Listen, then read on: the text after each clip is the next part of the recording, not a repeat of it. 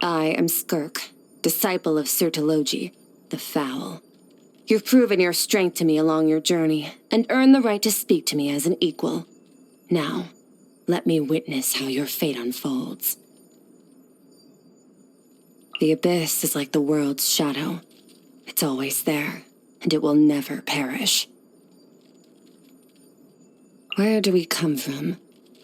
And where are we going? All things come to an end, even time itself.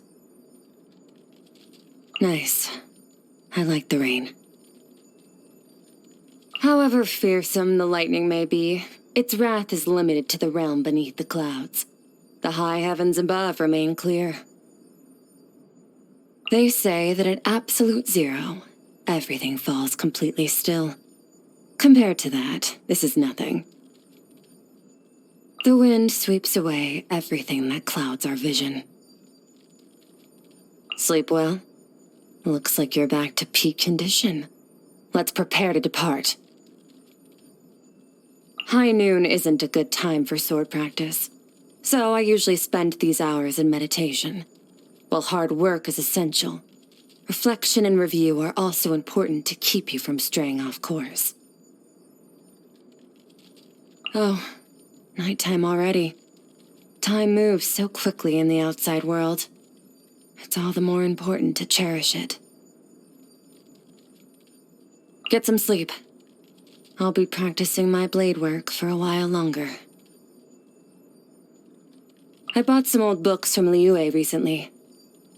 A passage in one of them stood out to me. The wise man uses his mind as a mirror, neither grasping out nor drawing in. It receives all, yet keeps nothing. In this way, he triumphs over all things, and they can render him no harm. That's a very enlightened state of mind. At first, I assumed it must have been penned by some renowned martial arts master. But after reading further, it turned out that he was just an ordinary traveler. People surprise me with what they're capable of sometimes. Suppose that's what they mean when they talk about hidden strengths. Come rain or shine, victory or defeat, I practice the blade whether I'm in the mood for it or not. Only those with true strength can bend fate to their will. If you ever want to hone your skills, I can take you to the Abyss. You won't be disturbed there, and time will pass at a slower pace. It's an economical way to train. Perhaps you're right. Maybe it will take everyone working together to bring order to the universe. But I can't afford to place my hopes on other people. I have to go a step beyond that, and show them that there really is a way we can get there. Master taught me how to wield the power of the Abyss, and from surviving Conrian research, I learned how to channel that power, and make it mimic the elemental energy of Teyvat. The fact that you and I don't need a vision to use the elements implies that our aspirations do not require the approval of the gods. Master tells me he first trained in the traditional black serpent blade work of Conria, but by the time he took me on, his style incorporated many techniques from other sources. That is what it means to be a true martial artist, constantly learning and adapting, always testing and overcoming your limits. Otherwise, you will stagnate. During my journey through the stars, I came across a species with completely inverted sensory perception. They'd use ice to warm themselves up and cool down by the fire. They'd be sweating buckets inside a cold, dark cave, but shiver uncontrollably under the blazing sun. So different from all the other creatures around them. And yet, they lived quite happily. That's the miracle of life. Unfathomably complex, but at the same time, so simple. Very few people manage to earn themselves a name like the Foul and live up to it. I'm sure whoever gave him that name must have truly despised him. Master's certainly done his fair share of disgraceful things. And the fact that he's a former knight who turned his back on the chivalric code doesn't exactly make things any better. And yet, plenty of people still choose to follow him. They're drawn to his strength, composure, and confidence, and the fact that he's candid with everyone, regardless of their background. He's not driven by emotion. He's on a mission to become a version of himself that is complete and perfected. That's why he's as powerful as he is. It's also why he's so dangerous. As the sustainer of the world's borders, she tolerates my presence. But she did make me promise not to interfere too much with this world's affairs. That was fine by me, but I had to know the reason why. She said many ecologists find it emotionally overwhelming when they observe the animal kingdom and see the predators hunting and the prey fleeing. But they'll never interfere in the process. Instead, they allow the laws of nature to take precedence over their own emotions. In her own words, some call this being a callous observer, but I think it's merciful at the same time. On one of the times that we met, she urged me to listen to the voice of my heart and learn how to enjoy my present life. She was being sincere and showing she cared, and for that, I ought to thank her. At one time, he was Master's rival. At another, they were best friends, apparently.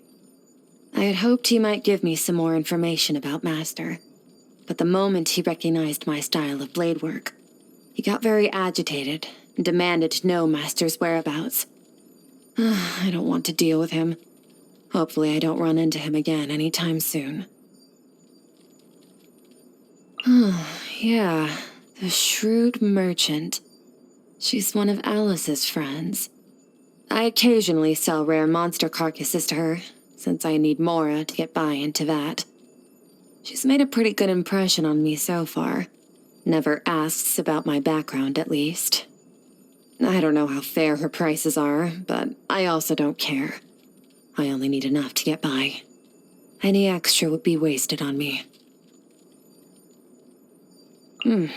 He's improved. Next time we spar, I might even use both hands. Ajax has a lot of talent, and he's fearless in battle, which gives him the potential to develop great strength. But I've seen many other bright sparks like him fizzle out before ever reaching their prime. If he truly wants to become the person he dreams of being, he still has a long road ahead. Lost power is always reclaimed in the end, in some shape or form. But where will this power lead? To a trial? To revenge? Or toward a new future? It's a question that strikes at the heart of his quest to find the meaning of his existence. And perhaps deep down, he already has his answer. I once saw the 3 moons of Tevat when I was passing through the false sky. 2 are utterly destroyed, their lifeless remains drifting aimlessly through space. The one that remains intact shows no signs of life either, but its will has not faded completely. Maybe there's a chance that one day, a glimmer of truth will emerge in the false sky, a truth belonging to this world alone. I wonder if becoming human was an evolution or regression to her. How did it feel, witnessing the self-destruction of her species firsthand? I considered asking her these questions when we first met, but given her personality, I thought better of it. I think I'll just leave her alone to work on her sculptures. I spend most of my time training in the Abyss. There's little that deserves my attention on the outside. You've got nothing to worry about with me, though. I mean this world no harm. The worst part about training for long periods is managing the physical pain and fatigue. You can use Abyssal power to help ease muscle strain, but that's physically draining too. So I learned a few stretching exercises instead. They're surprisingly effective. If you find yourself having the same issues, I can teach them to you. I met a bard once when I was exploring Mondstadt. He taught me how to play music. then dragged me to the tavern to drink with him. I quickly adapted to the feeling of inebriation and felt completely fine, even as we drank more over the next few days. That bard, though. At some point, I noticed he'd passed out cold in his chair, so I ended up having to pay his bill. Once in a while, I find myself gazing up at the stars. I know it's just a false sky, but I can sense that the Creator had a romantic vision of the cosmos. Faced with the unfathomable vastness of time and space, humanity looks to history books to preserve a piece of themselves for the ages. And I think the Creator of this sky shared the same desire, to capture a fleeting moment of the universe and make it last forever. I never got the chance to learn how to play an instrument from my parents before they died. The one thing I do remember my dad teaching me was that the key to unlock your playing is to lose yourself in the music. After I got to Teyvat, I bought a bunch of different instruments to practice with. But every time I got lost in the music, I'd forget my own strength. Ended up destroying quite a few instruments that way. After that, I figured I might as well build my own, since I clearly needed something more robust. So, I gathered some strong materials and built a few instruments from memory. Oh, here, take one. If it comes to it, you can even use it as a weapon, and it won't break on you. In my spare time, I play music from my homeland, albeit on instruments from Teyvat. I once thought that those melodies would eventually fade from my memory as the years went by, but they haven't. It's as if they're etched into my very soul. Every time I'm strumming my guitar, I'm so conscious that this music I'm playing is the last trace of that civilization's existence in the entire universe. I tried writing some poetry once. My mother was a good poet, and I wondered if she'd pass that talent on to me. But nope. Whatever I tried, it just wouldn't click.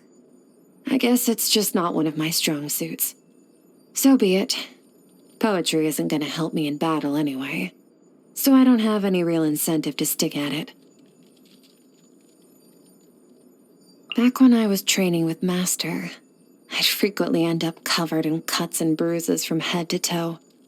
There was this particular kind of bug, I don't remember what it was called, but he always used to catch some and grill them for me after a session. Said it'd help with my recovery. They were plump little things. You knew they were done on the grill because they'd glow a beautiful golden color. Crispy shell on the outside with savory flesh in the middle. It's been so long that I don't really remember how they tasted, but I do remember I used to love them as a kid. Food goes down easier when it tastes good. But even when it doesn't, it's still edible. Just don't let anything go to waste. Not bad. It's okay. Ugh, waste of ingredients. Next time, I'm cooking. Happy birthday. I know some people like to throw a huge party, while others prefer a quieter affair.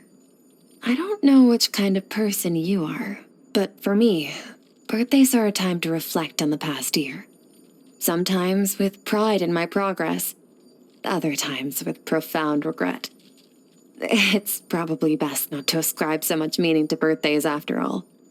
Each place has its own festivals for celebrating the land, one's ancestors, friendship. But your birthday is the one day of the year that is meant just for you. Okay, speech over. Once again, I wish you a happy birthday, and I hope you keep growing into the person you aspire to become. Is that it? An improvement, but it's still not enough for me. Strength. There was once a time when I neither possessed nor sought it, but now it's in the palm of my hand. I'm never letting go. The universe is vast beyond measure, with stars stretching out into infinity. With that perspective in mind, my pursuit of strength seems like an equally endless journey. So, while I will never stop moving forward, I do try to set milestones for myself along the way. And I've reached a new milestone while journeying with you, because I've grown stronger during this time. That means it's now my turn to train you. The only question is, are you ready?